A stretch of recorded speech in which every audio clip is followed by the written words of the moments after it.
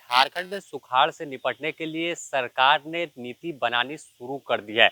आज झारखंड मंत्रालय में झारखंड को सुखाड़ को लेकर मंत्रियों की बैठक हुई, जिसमें वैसे 245 प्रखंडों को चिन्हित किया गया है जहां सुखाड़ जैसी स्थिति उत्पन्न हुई है।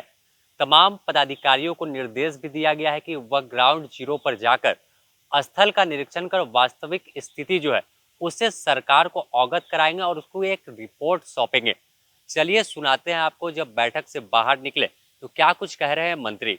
पे क्या चर्चा हुई सर? सुखाड़ पे चर्चा हुई है कि बहुत सारे जगह पर अधिकारियों को निर्देश दिया गया है कि जाके वो लोग खुद निरीक्षण करेंगे, निरीक्षण करके बताएंगे कि कैसे कैसे क्या क्या हो सकता है, क्या क्या किया जा सकता है। और कुछ कुछ जो पड़ोसी राज्य हैं जैसे उड़ीसा है, बंगाल है, बिहार है, तो उन राज्यों से भी इस सुखाड़ में वो लोग क्या मैकेनिज्म आजमा रहे हैं, अपना रहे हैं, कैसे वो राहत दे रहे हैं, उस पर भी करना, इनकी समीक्षा लेनी है। दूसरा है कि हमारे जो राज्य हैं, हमारे राज्य में जो पलायन की स्थिति है तो उसमें हम अपने लोगों को कैसे रोजगार देंगे, कैसे किसानों को राहत देंगे, आदि आदि बहुत विषय में बातचीत हुई है। साहबगंज में जिस तरीके से गंगा नदी का पानी घुसता है, उस पानी को रोकने के लिए भी कैसे बांध बनाए जाएंगे, वो सारे चीज़ों पर काफ़ी लंबा डिस्कशन हुआ है। और हम लोग फिर 12 तारीख को इसकी विशेष बैठक सत्र के दौरान मुख्यमंत्री और आज की काम है। मीटिंग में क्या क्या निर्णय लिया गया? अभी आज सुखाड़ और उससे राहत, इन सब चीज़ों को लेकर समीक्षा माननीय मुख्यमंत्री जी ने किया।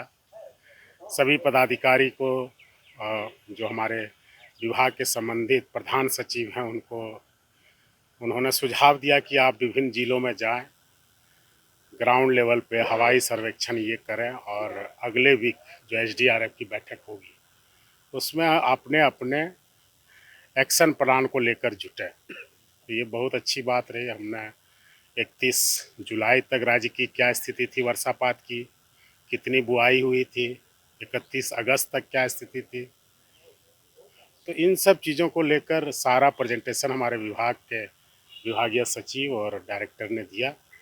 मुख्य सचिव जी ने सारे चीज़ों को कोऑर्डिनेट किया और हम आपदा प्रबंधन मंत्री और हमने माननीय मुख्यमंत्री जी के अध्यक्षता में जो गाइडलाइन मिला है, कोऑर्डिनेशन करके ग्रामीण विकास से हम क्या लोगों को सुविधा दे सकते हैं ताकि पलायन रोक सकें।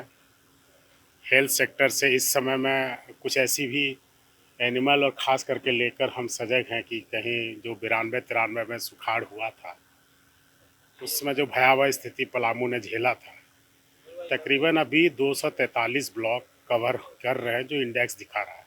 तो हम लोग उस पर काम कर रहे हैं और ये तत्परता किसानों के हित में बहुत काम आएगी। आपने सुना किस तरह से तमाम जो मंत्री बन्ना गुप्ता और बादल पत्रलेख बैठक से बाहर आए, तो उन्होंने कहा कि सरकार हर मुद्दों पर काम कर रही है और उसी दरमियान जो स्थिति उत्पन्न हुई है वर्षा कम होने से, उससे निपटने की भी अब योजना तैयार कर ली गई है और किसानों को विशेष पैकेज दिया जाएगा। बात करें मानसून सत्र जो विधानसभा का चल रहा था, उस दौरान भी सुखाड़ पर चर्चा होना था, लेकिन विपक्ष हर दिन वॉकआउट कर बाहर आ जा रहा था।